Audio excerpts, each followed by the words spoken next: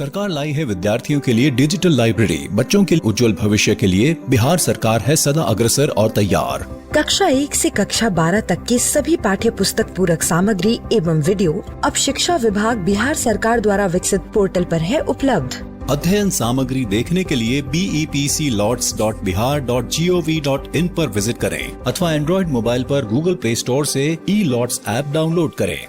शिक्षकों, अभिभावकों एवं बच्चों से अनुरोध है कि इस ई-लाइब्रेरी का अधिक से अधिक लाभ उठाएं और अपनी पढ़ाई जारी रखें। हेलो बच्चों, कैसे हैं आप सब? घड़ी कर रही है इशारा 3 बजने का और वक्त हो चला है हमारा मनपसंद प्रोग्राम का। जी हाँ, मैं बात कर रही हूँ मेरा दूरदर्शन मेरा विद्यालय कार्यक्रम का, जिसमें क्लास 1 और 2 की पढ़ाई होती है और हम नई नई चीज़ें सीखते हैं, वह भी मज़ेदार ढंग से। अभी चूंकि हम लोगों के स्कूल बंद हैं, इसीलिए अपनी पढ़ाई घर पर ही रहकर करनी है, जिसमें हमारे साथ होते हैं मम्मी, पापा और घर के अन्य बड़े लोग। तो तैयार हैं ना आप सब? चलिए देखते हैं आज का कार्यक्रम हम लोगों के लिए क्या क्या लेकर आया है। आज हम लोग सबसे पहले सुनेंगे बापू की पाती, जिसमें हम लोग प्यारे बापू महात्मा गांधी के जीवन प्रसंग से जुड़ी बातों को सुनकर उनसे सीख लेते हैं। उसके बाद एक मनोरंजक कार्यक्रम देखेंगे, उत्सव का आनंद। उसके बाद चिड़ियाघर की सैर में हम लोग एक मनोरंजक कार्यक्रम देखेंगे और अंत में चलेंगे पटना का संजय गांधी जैविक उद्यान और देखेंगे जू शो। तो चलिए शुरू करते हैं शिक्षा और मनोरंजन से भरा शनिवार का ये एपिसोड। बापू की कहानी, जिसमें हम बात करेंगे महात्मा गांधी के जीवन के बारे में। पिछली बार हमने ये जाना कि बापू की शादी जल्दी हो जाने की वजह से उनकी 1 साल की पढ़ाई बिगड़ गई। बाद में उन्होंने खूब मेहनत करी, पढ़ाई में उनका मन लगने लगा, लेकिन व्यायाम करने से वो बचते थे। व्यायाम ना करने का नुकसान मोहन को उतना नहीं हुआ, पर एक दूसरी कमी की कीमत उन्होंने जीवन भर चुकाई और वो थी बिगड़ी हुई लिखावट। उन्हें यह गलतफहमी हो गई थी कि साफ सुथरी लिखाई का शिक्षा से कोई लेना देना नहीं है। बड़े होने के बाद गांधी जी ने अपनी खराब लिखावट सुधारने की कई बार कोशिश करी, लेकिन बचपन की बिगड़ी आदत फिर ठीक नहीं हुई। उनका लिखा हुआ पढ़ना मुश्किल होता था। जब दूसरों के मोती के दानों जैसे साफ और सुंदर अक्षर दिखते, तब गांधी जी को पछतावा होता। वो कहते थे, खराब अक्षर अधूरी शिक्षा की निशानी मानी जानी चाहिए। हर एक नवयुवक और नवयुवती मेरे उदाहरण से सबक ले और समझे कि अच्छे अक्षर विद्या का आवश्यक अंग है। लड़कपन के 2 ही करीबी दोस्त मोहन को बात तक याद रहे। पहले ने उनका साथ इसलिए छोड़ दिया क्योंकि उनकी दोस्ती दूसरे से हो गई थी। ये दूसरा लड़का मोहन के मंझले भाई करसन दास का दोस्त था। दोनों की ही पढ़ाई में रुचि नहीं थी। दोनों बार बार फेल होकर मोहन की कक्षा में ही आ चुके थे। यह दोस्त दूर तक तेजी से दौड़ सकता था, ऊंचा कूद सकता था, लंबा भी कूद सकता था, दीवार चढ़ने में माहिर, खेल कूद में प्रवीण और सजा या पिटाई सहज ही सह लेता था। मोहन का स्वभाव एकदम उल्टा, डरपोक, शरीर से दुर्बल, ना दौड़ते बनता ना कूदते बनता। कोई डांट दे तो रो पड़ते, पिटाई सहना तो दूर की बात।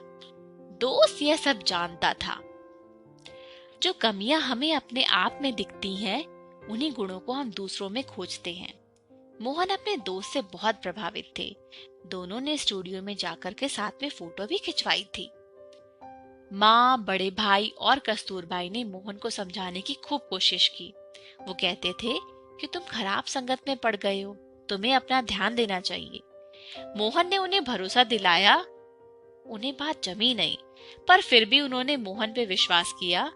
वो जो चाहते थे उसे करने दिया गया। पर सच तो यह था कि मोहन अपने दोस्त के सम्मोहन में थे, जो सम्मोहन कई साल तक चला।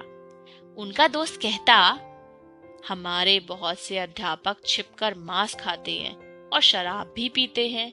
राजकोट के बहुत से नामी गिरामी लोग भी और हमारे विद्यालय के कई छात्र भी।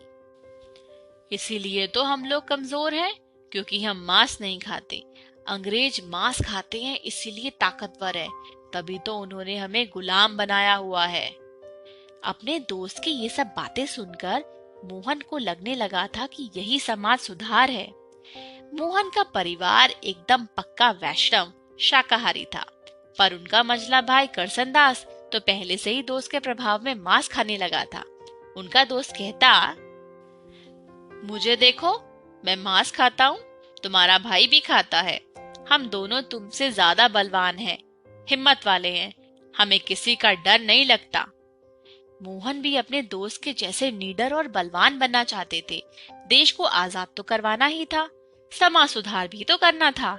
सो एक दिन दोनों चुपके से नदी किनारे वीराने में चले गए। दोस्त ही सारा सामान लेकर आया था और उसी ने मांस पकाया। मोहन ने पहले कभी मांस देखा तक नहीं था। उसके घर में किसी को ये बात पता नहीं थी। मांस का स्वाद मोहन को चमड़े जैसा लगा। उन्हें उल्टी आने लगी तो थोड़ा सा खा के छोड़ दिया। उस रात बहुत तकलीफ हुई।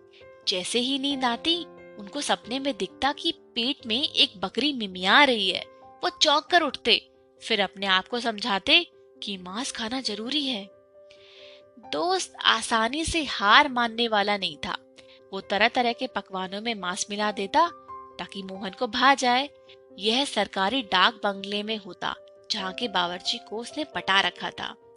ये सब साल भर तक चला। कोई 5-6 बार मोहन ने चोरी छिपे मांस खाया। खर्चा हमेशा दोस्त ही उठाता था, क्योंकि मोहन के पास तो फूटी कौड़ी भी नहीं होती थी। जब ऐसी दावत खाकर मोहन घर लौटते, तब भूखी नहीं बचती, तो वो घर में झूठ बोलते। माँ पूछती कि खाना क्यों नहीं खा रहे, तो मोहन कहते भूख नहीं है, पेट में गड़बड़ है। पर वो सोचते कि मैं ऐसे घर में कब तक धोखा देता रहूंगा। घर में झूठ बोलना उन्हें खराब लगता, इसलिए मांस खाने का अभ्यास उन्होंने टाल दिया और फिर सदा ही शाकाहारी रहे। लेकिन इस दोस्त का साथ और समय चला। कस्तूरबाई के बारे में भी इस दोस्त ने मोहन के कान भरे। वे अपनी पत्नी पर बेवजह शक करने लगे। कस्तूरबाई के पास मोहन की बदसलूकी सहने के अलावा कोई चारा नहीं था। मोहन के लिए दोस्ती कई तरह से भाग्य का कारण बन चुकी थी। वे इससे तभी छूटे जब उन्होंने अपने दोस्त को कुछ ऐसी खराब हरकतें करते देखा जिससे उन्हें धक्का लगा। आज के लिए इतना ही। अगली बार हम देखेंगे कि क्या हुआ था जब महात्मा गांधी ने चोरी की थी।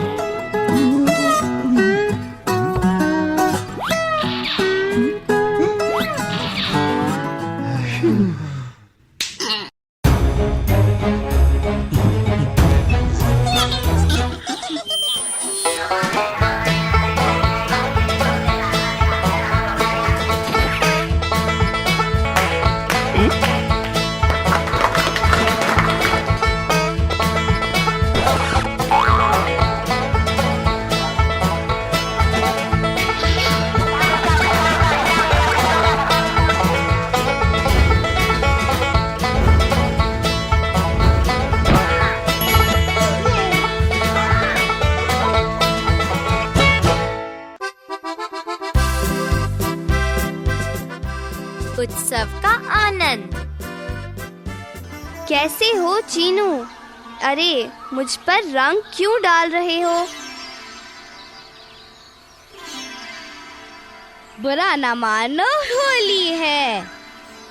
होली है, होली है, लेकिन यह होली है क्या? बस होली रंगों का त्योहार है।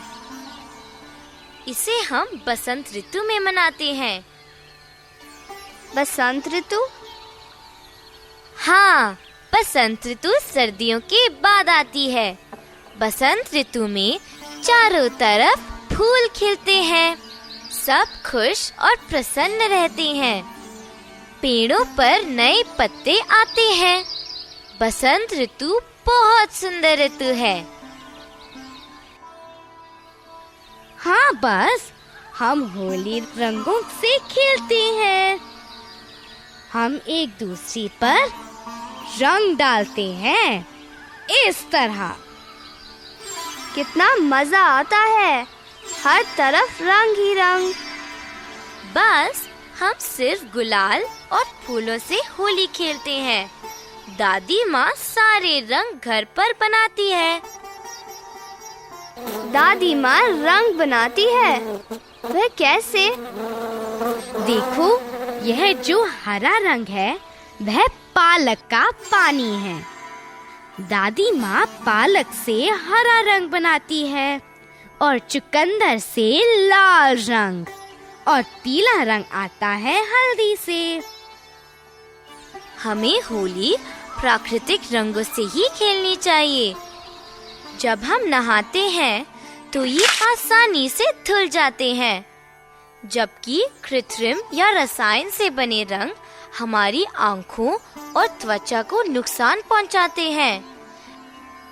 हाँ बच्चों, मैं तुम्हें मिठाइयाँ खिलाती हूँ। मुझे त्योहार बड़े अच्छे लगते हैं। कितनी मिठाइयाँ मिलती हैं खाने को। बस, भारत त्योहारों का देश है। हम ढेर सारे त्योहार मनाते हैं।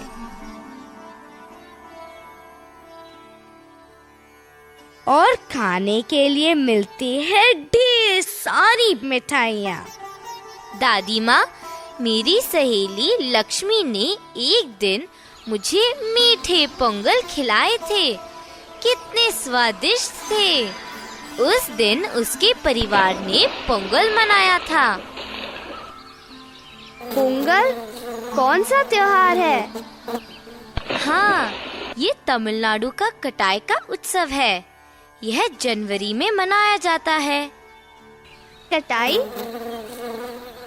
कटाई का अर्थ है फसल को तैयार होने पर काटना। किसान ईश्वर को अच्छी फसल के लिए धन्यवाद देते हैं। हमारे देश में बहुत सारे किसान हैं। किसान अन्न उगाकर सबकी मदद करते हैं। इसीलिए हमारे देश में फसल की कटाई से संबंधित त्योहार बहुत महत्वपूर्ण होते हैं। कटाई उत्सव कई राज्यों में मनाए जाते हैं। तमिलनाडु में इसे पोंगल कहते हैं। लोग एक खास तरह की मिठाई बनाते हैं जो चावल और गुड़ से बनती है। इसे मीठा पोंगल कहते हैं। केरल में कटाई उत्सव को ओणम कहते हैं। ओणम के दिन केरल के लोग फूलों से रंग बिरंगी रंगोलियां बनाते हैं। हाथियों को अच्छी तरह सजाकर शहरों और गांवों में घुमाया जाता है। ओणम के समय नौका दौड़ भी होती है। लंबी लंबी तेज गति से चलती नावों में चप्पू चलाते लोगों को देखने का अलग ही मजा है। पंजाब में इस त्योहार को बैसाखी कहते हैं। मुझे बैसाखी पर उनका भांगड़ा नृत्य बहुत अच्छा लगता है। बल्ले बल्ले। चीनू, क्या नाचते हो? मजा आ गया। बाकी राज्यों में फसलों की कटाई पर मनाए जाने वाले त्योहारों को क्या कहते हैं? असम में इसे बिहू कहते हैं। औरतें सुंदर और आकर्षक साड़ियाँ पहनकर खूब नाचती हैं। वे लोग कैसे नाचते हैं दादी माँ? सब एक दूसरे का हाथ पकड़कर नाचती हैं। कर्नाटक, महाराष्ट्र, उत्तर प्रदेश, बिहार और पश्चिम बंगाल में भी इस तरह का उत्सव मनाया जाता है, जिसे मकर संक्रांति कहते हैं। मकर संक्रांति। और आंध्र प्रदेश में इसे भोगी कहते हैं। इतने सारे त्योहार। जब अच्छी फसल होगी तो हम भी पिताजी के साथ त्योहार मनाएंगे, है ना दादी माँ? हाँ हाँ, मैं तुम सब के लिए बहुत सारी मिठाइयाँ बनाऊंगी। सब लोग अच्छी फसल होने पर खुश होते हैं। हाँ दादी माँ, त्योहारों में बहुत मजा आता है। बस क्या तुम मेरे साथ इनका मिलान कर सकते हो? दोस्तों, क्या तुम भी कोशिश करोगे? रोशनी का त्योहार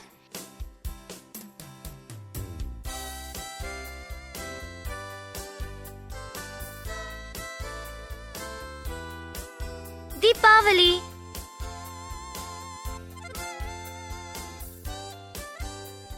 रंगों का त्योहार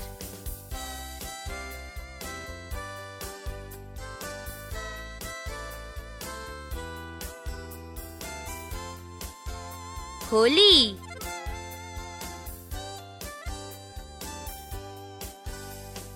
फसल कटाई का उत्सव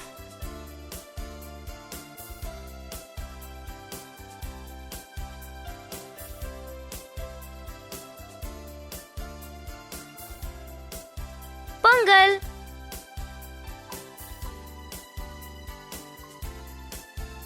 बिहू नृत्य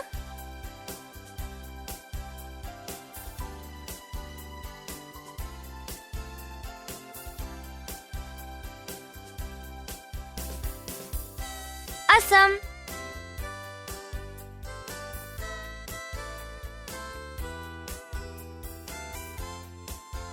रोशनी का त्योहार दीपावली।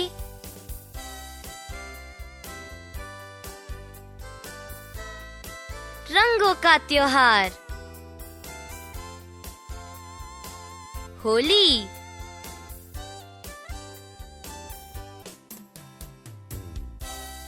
फसल कटाई का उत्सव पोंगल।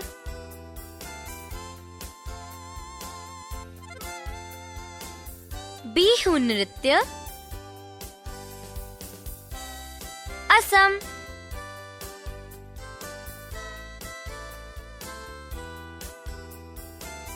आओ अभ्यास करें। प्रश्न और उत्तर। रंगों के त्योहार को क्या कहते हैं?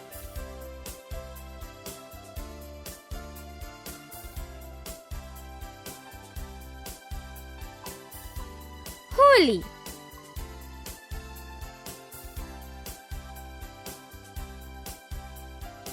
मीठे पोंगल किससे बनते हैं?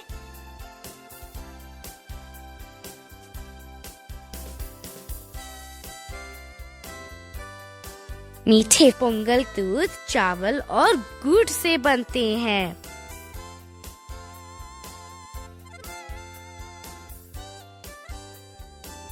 क्या तुम्हें त्योहार पसंद है?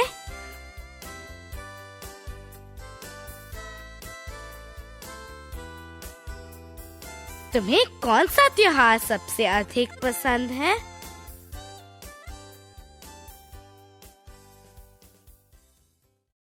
दोस्तों, भारत त्योहारों का देश है।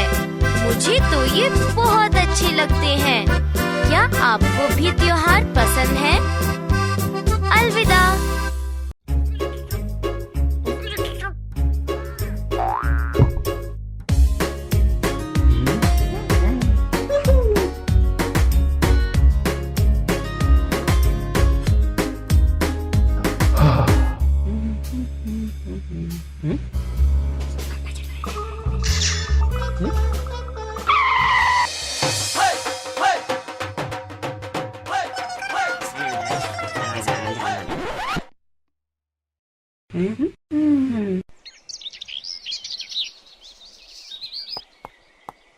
Bismillah,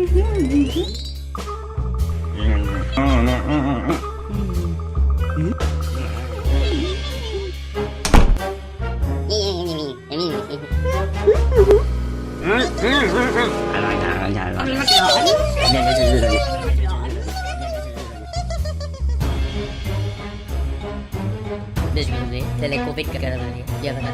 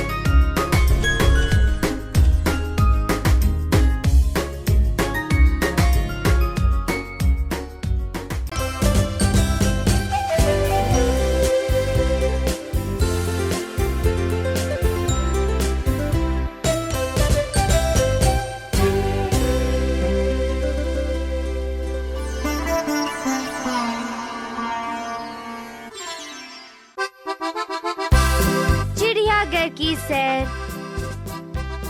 मित्रों, चलो एक ऐसा गीत गाए जो हमें बताता है कि चिड़ियाघर में हमें कैसा व्यवहार करना चाहिए। जानवरों से प्यार तुम करना, जब चिड़ियाघर की सैर तुम करना, उनके मन की बात समझना। जब चिड़ियाघर की सैर तुम करना, गैंडे होते हैं बहुत प्यारे, नाक पर है सींग न्यारे। बच्चे उनको खूब चिढ़ाते, ऐसा करके उन्हें सताते। हाथी को तुम मत भड़काना, झूम झूम कर जब वह जाता। मोटा है पर मस्त भी होता, बच्चों को वह खूब सैर कराता। मोर पर कभी हंसना नहीं, उसके आवाज से चिढ़ना नहीं।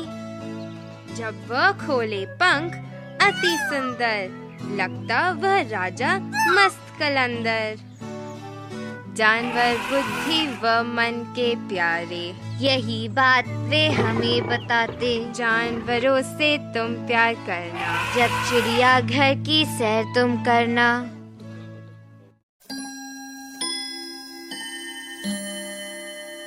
प्रश्न और उत्तर। क्या हमें पशुओं को तंग करना चाहिए?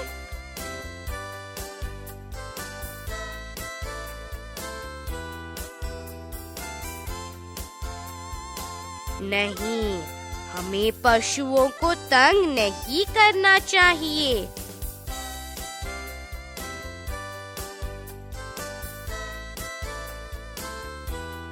अगर कोई तुम्हारा मजाक उड़ाए तो क्या तुम्हें अच्छा लगेगा?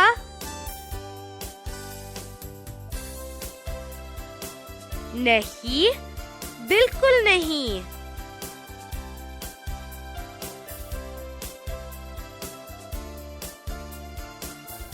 क्या तुम कभी चिड़ियाघर गए हो?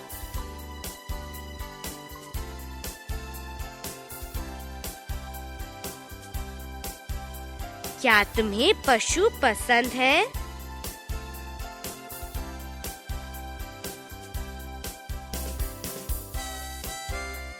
क्या तुम्हारे पास कोई पालतू पशु है?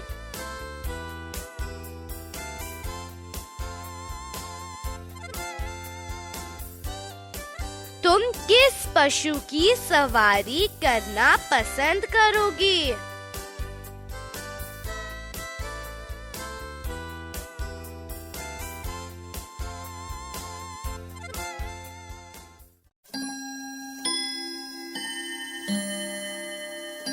निम्न को मिलाओ। ऊंट,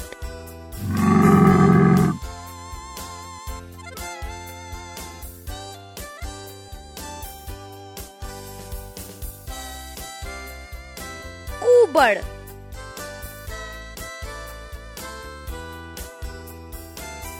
गैंडा,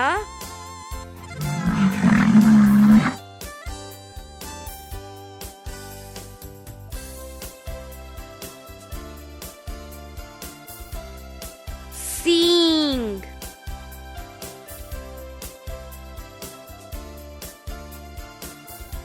हाथी,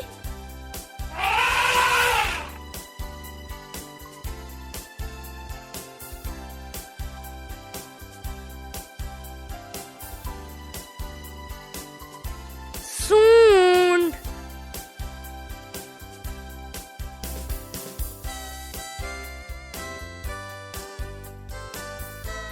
ऊंट,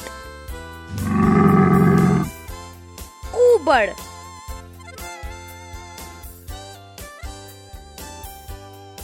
गैंडा, सींग,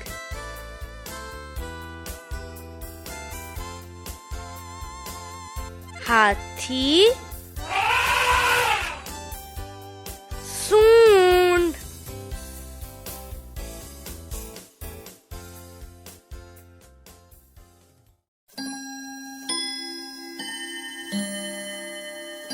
चित्र को देखकर खाली स्थान में सही शब्द लिखो। मादा पक्षी की चोंच में एक है।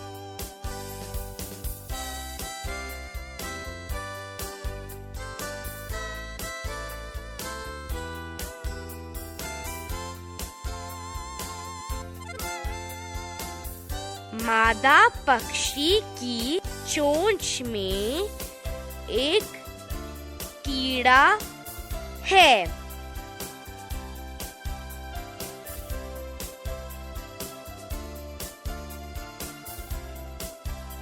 पेड़ की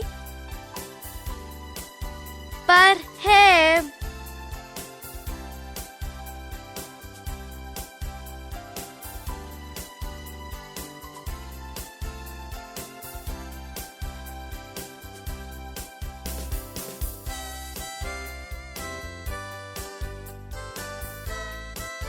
घोंसला पेड़ की टहनी पर है।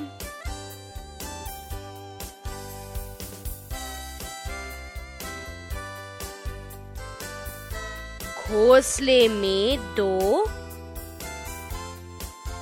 हैं।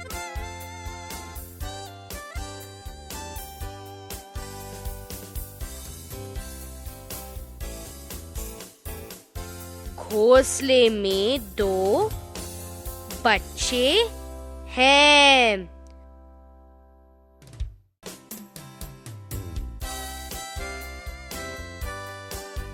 टहनी पर 3 हरे उग रहे हैं।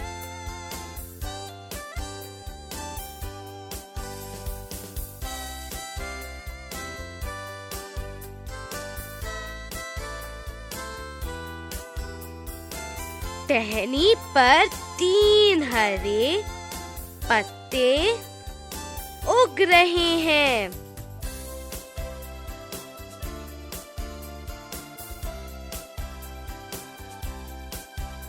मादा पक्षी की चोंच में एक कीड़ा है।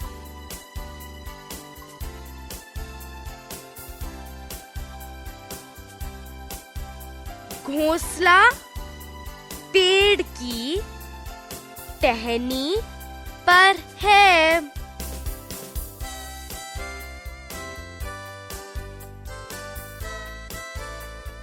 घोंसले में 2 बच्चे हैं।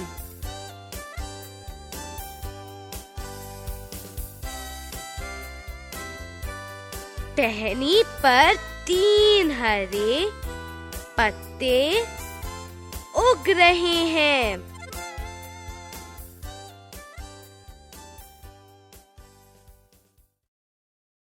दोस्तों, हमें जानवरों का प्रेम पूर्वक ध्यान रखना चाहिए। हमेशा उनके साथ अच्छा व्यवहार करना चाहिए। दोस्तों, अब हम फिर दोबारा गीत गाएंगे।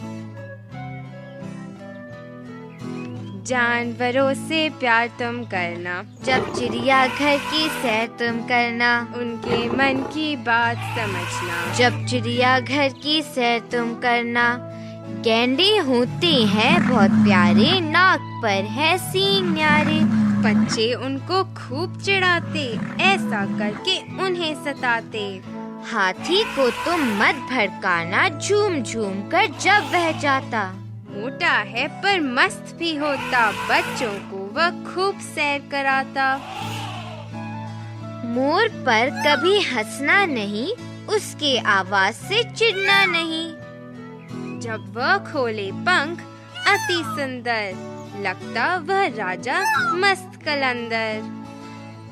जानवर बुद्धि व मन के प्यारे, यही बात वे हमें बताते। जानवरों से तुम प्यार करना, जब चिड़िया घर की सैर तुम करना।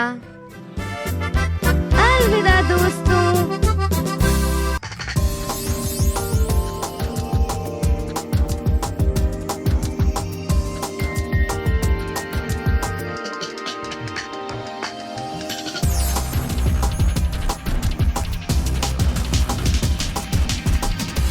संजय गांधी जैविक उद्यान जू आउटरीच प्रोग्राम में आपका फिर से स्वागत है। आज हम लकड़बग्घा यानी हायना के एनक्लोजर के पास चलेंगे। ये मुख्य रूप से एशिया और अफ्रीका के घास के मैदान, रेगिस्तान, जंगलों और पहाड़ों में पाए जाते हैं। ये भारत के जंगलों में भी मिलते हैं। लकड़बग्घा ज्यादातर परिजीवी और मांसाहारी जानवर होते हैं जो होनिंडे परिवार के सदस्य हैं। शक्तिशाली जबड़ा, मजबूत अगली टांगे और नुकीले दांत होने के बावजूद ये बड़ा शिकार नहीं करते हैं, बल्कि ये किसी दूसरे शिकारी जानवर द्वारा मारे गए जीव को खाते हैं। लेकिन कभी कभी ये बीमार और जख्मी छोटे जानवर का शिकार भी कर लेते हैं। लकड़बग्घों के आगे के 2 पैर पीछे के दोनों पैरों से बड़े होते हैं, जिसका असर इनके चाल पर भी पड़ता है। इनको चलते हुए देखने पर ऐसा लगता है मानो ये लंगड़ा कर चल रहे हैं, लेकिन जरूरत पड़ने पर इनके दौड़ने की रफ्तार काफी तेज होती है। सामान्य तौर पर लकड़बग्घा के शरीर के बालों का रंग भूरा होता है। धारीदार लकड़बग्घा के हल्के काले रंग की धारियां भी होती हैं और धब्बेदार लकड़बग्घा के शरीर पर काले रंग के धब्बे होते हैं। यह प्रायः समूह में रहना पसंद करते हैं।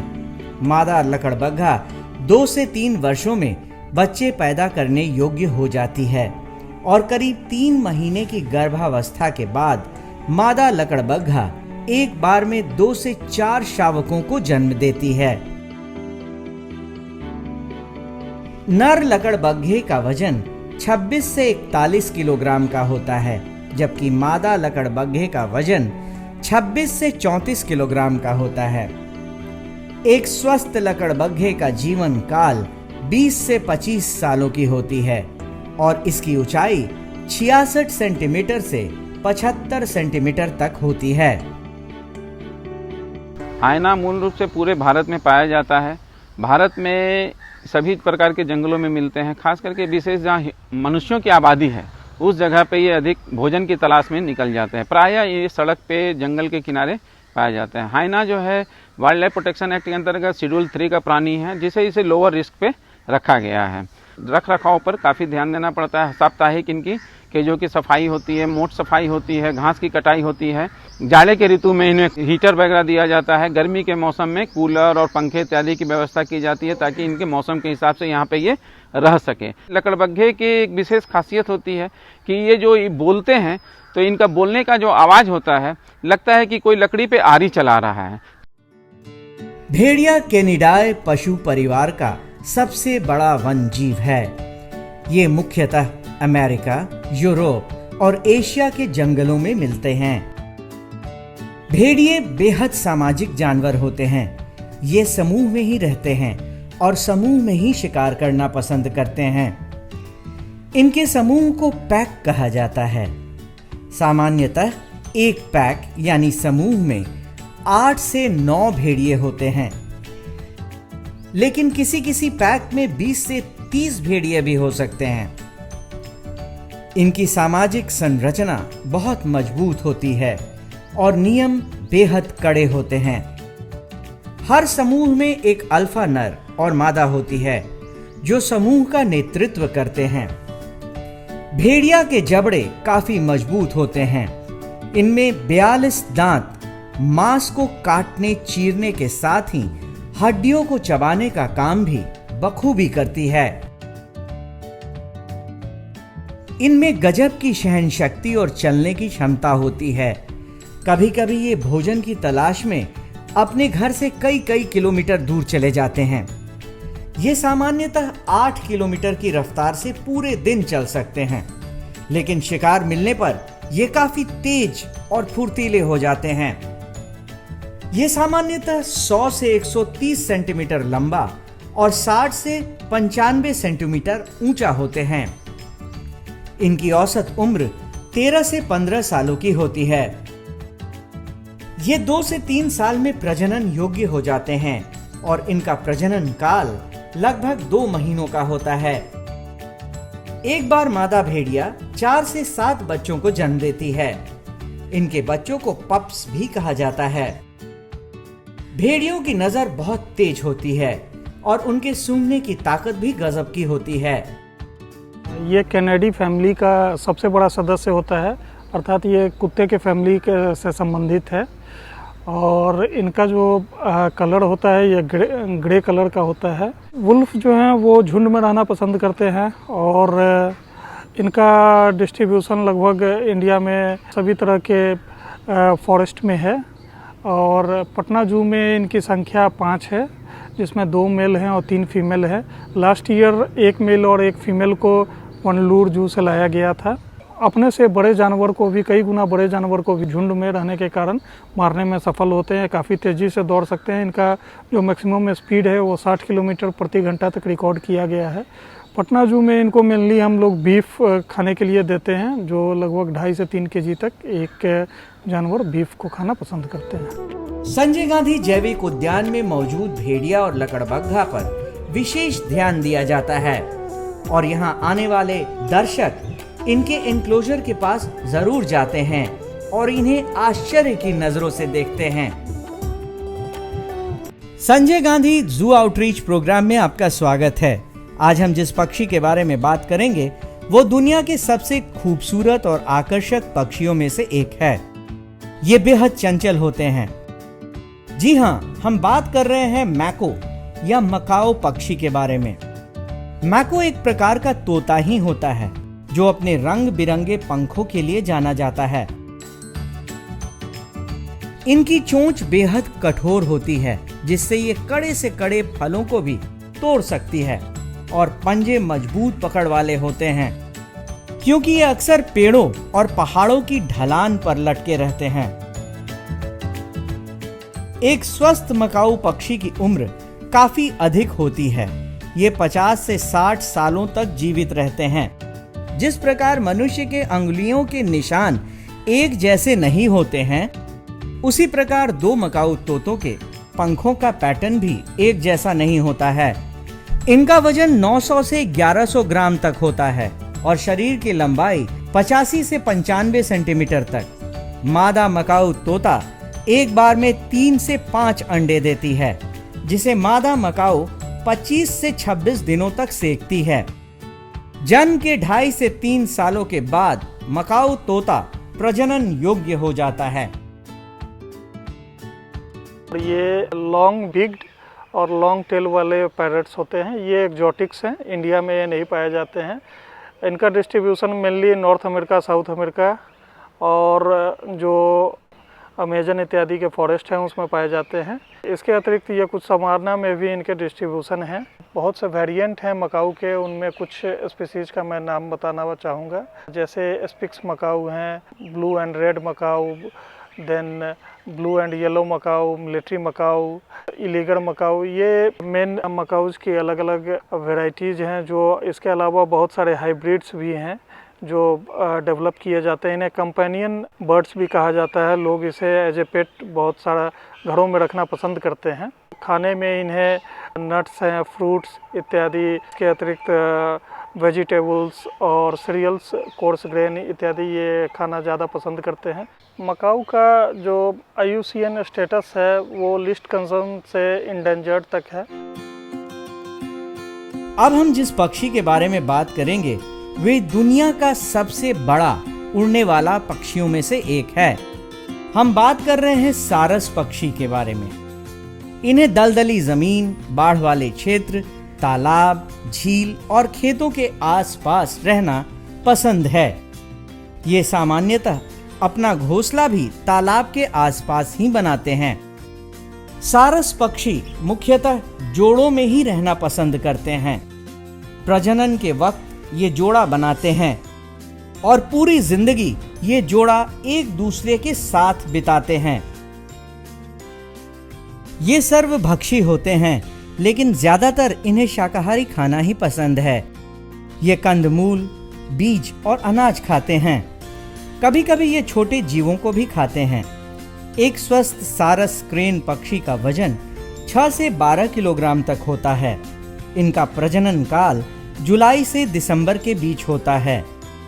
एक बार में एक मादा सारस क्रेन 2 अंडे देती है, जिसे वो 34 दिनों तक सेकती है। जन्म के 5 से 6 सालों के बाद सारस क्रेन पक्षी प्रजनन योग्य हो जाते हैं। ये उत्तर प्रदेश का राजकीय पक्षी भी है। सारस जो शब्द आया है संस्कृत वर्ड से, संस्कृत से सारस का नाम लिख हुआ है। सारसा, सारसा संस्कृत का शब्द है जिसकी वजह से सारस का नामकरण हुआ है। सारस पक्षी जो है हमारे भारतीय समाज में प्रणय का एक बहुत बड़ा प्रतीक है, जिसे बोल सकते हैं वैवाहिक निष्ठा का एक प्रतीक है। सारस जो है प्रायः जोड़े में पाए जाते हैं और सारस को पहचानना बहुत आसान है, क्योंकि काफ़ी लंबे साइज के होते हैं, लगभग 5-5.5 फुट हाइट के होते हैं।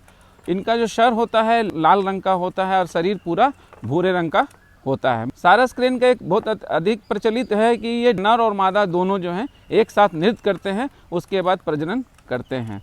सारस मुख्य रूप से 2 अंडे देते हैं और 2 अंडे के जो बीच में समय जो होता है 48 घंटे के अंतर में ये 2 अंडे देते हैं।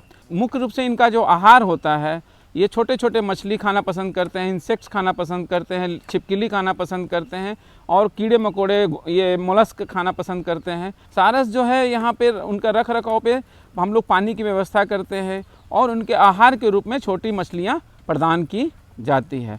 सारस पक्षी जो है हमारे बिहार राज्य में उत्तर प्रदेश से सटे सीमावर्ती क्षेत्रों में पाए जाते हैं। जहाँ पे पानी हो, झील जैसी स्थिति हो, वहाँ पे ये पाए जाते हैं। खास करके वाल्मीकि टाइगर रिजर्व में भी सारस पाए जा रहे हैं।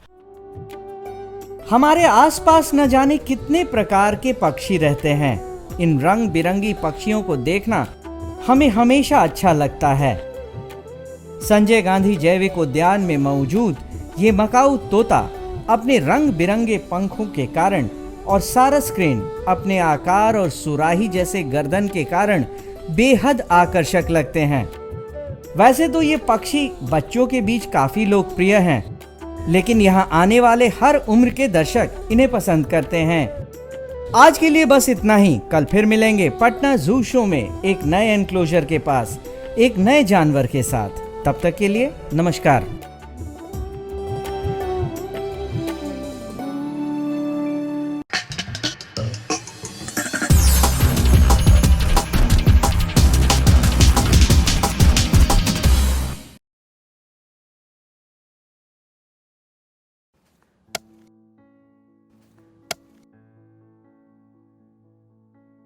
अरे भाई राजू, क्या? अरे सुने कि कल चाचा कुछ बता रहे थे, क्या बोल रहे थे? हाँ, चाचा कल बहुत बढ़िया बात बता रहे थे। कह रहे थे कि हम लोगों को अपने बच्चा लोग के पढ़ाई लिखाई पे ध्यान देना चाहिए। सिर्फ स्कूल भेजने से कुछ नहीं होता। बात तो ठीक है, लेकिन हम लोग ये करेंगे कैसे? हम लोगों को तो पढ़ना लिखना भी नहीं आता है। हम भी यही सोच रहे थे। अरे वो देखो, मास्टर साहब भी सही टाइम पे आ गए। चलो उन्हीं से पूछ लेते हैं। मास्टर साहब प्रणाम। प्रणाम प्रणाम। मास्टर साहब, आपसे एक बात का जानकारी लेना था। हाँ, पूछिए। अब हम लोग तो ठहरे कम पढ़े लिखे आदमी, हाँ। लेकिन हम लोग का बच्चा लोग स्कूल में जाके क्या करता है, क्या सीखता है, क्या पढ़ता है, ये हम लोग कैसे जानेंगे? बहुत आसान है। अच्छा, कैसे? चलिए आप लोग स्कूल में, हम बताते हैं। जी जी चलिए। जी सब चलिए। चलो चलो। हाँ हाँ चलिए। हाँ हाँ, हम उठा लेते हैं। चलो। आइए, ये देखिए, ये है क्लास 3 का अधिगम प्रतिफल पोस्टर। इसका मतलब है यदि आपका बच्चा वर्ग 3 में पढ़ता है तो उसे इस पोस्टर में जो लिखी गई सारी चीजें उसे जानकारी होनी चाहिए। ये क्या है? पक्षी। और ये क्या है? पेड़। यानी कि तीसरी कक्षा समाप्त होते होते आपका बच्चा पशु, पक्षी, फूल, पत्ती आदि के बारे में सीख जाएगा। हर क्लास और हर विषय के लिए अधिगम प्रतिफल पोस्टर बनाए गए हैं। आइए कुछ दूसरे तरीके जानते हैं। जी सर। ये देखिए, ये है हमारे बच्चों की कॉपियाँ और ये है सही का निशान। इसका मतलब है कि इस प्रश्न का उत्तर आपके बच्चे ने बिल्कुल सही दिया है। जितना ज़्यादा होंगे ये निशान, उतना बढ़िया सीखा है आपका बच्चा।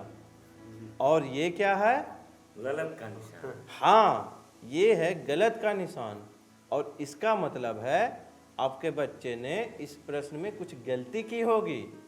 और ये निशान जितना ज़्यादा होगा, आपको अपने बच्चे पे उतना ही ध्यान देने की ज़रूरत है। लेकिन पूरे साल में हमारा बच्चा क्या क्या सीखा, ये कैसे जानेंगे?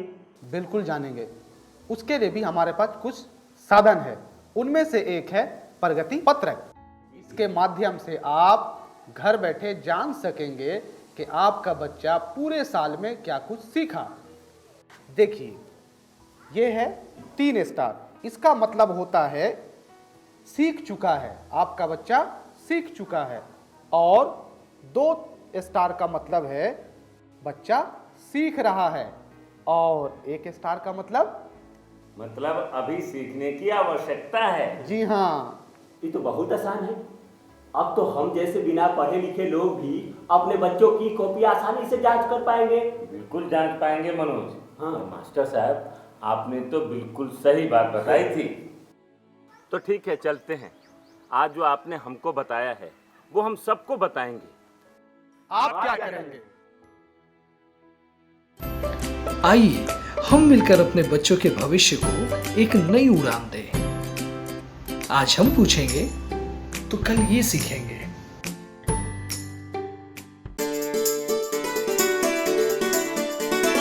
डर से नहीं, तैयारी से आगे कदम बढ़ाना है। रुकी जिंदगी में चहल पहल वापस फिर से लाना है। धोकर हाथ पहन कर मास्क सुरक्षित जीवन चलाना है। सुरक्षित जीवन चलाना है। डर कर नहीं, तैयारी से आगे कदम बढ़ाना है। टीकाकरण की शुरुआत हो गई है, पर पहले की तरह हमें मास्क लगाना और 2 गज की दूरी बनाए रखना अभी भी जरूरी है। स्वास्थ्य विभाग और सूचना एवं जनसंपर्क विभाग बिहार सरकार द्वारा जनहित में जारी। जीतेगा बिहार। सरकार लाई है विद्यार्थियों के लिए डिजिटल लाइब्रेरी। बच्चों के उज्जवल भविष्य के लिए बिहार सरकार है सदा अग्रसर और तैयार। कक्षा 1 से कक्षा 12 तक की सभी पाठ्य पुस्तक पूरक सामग्री एवं वीडियो अब शिक्षा विभाग बिहार सरकार द्वारा विकसित पोर्टल पर है उपलब्ध। अध्ययन सामग्री देखने के लिए bepclots.bihar.gov.in पर विजिट करें अथवा एंड्रॉइड मोबाइल पर गूगल प्ले स्टोर से ई-लॉट्स ऐप डाउनलोड करें। शिक्षकों, अभिभावकों एवं बच्चों से अनुरोध है कि इस ई-लाइब्रेरी का अधिक से अधिक लाभ उठाएं और अपनी पढ़ाई जारी रखें। आशा करती हूँ बच्चों, आज आपको बहुत मजा आया होगा और आपने इल्मों से बहुत कुछ सीखा भी होगा। तो मिलते हैं अगले एपिसोड में।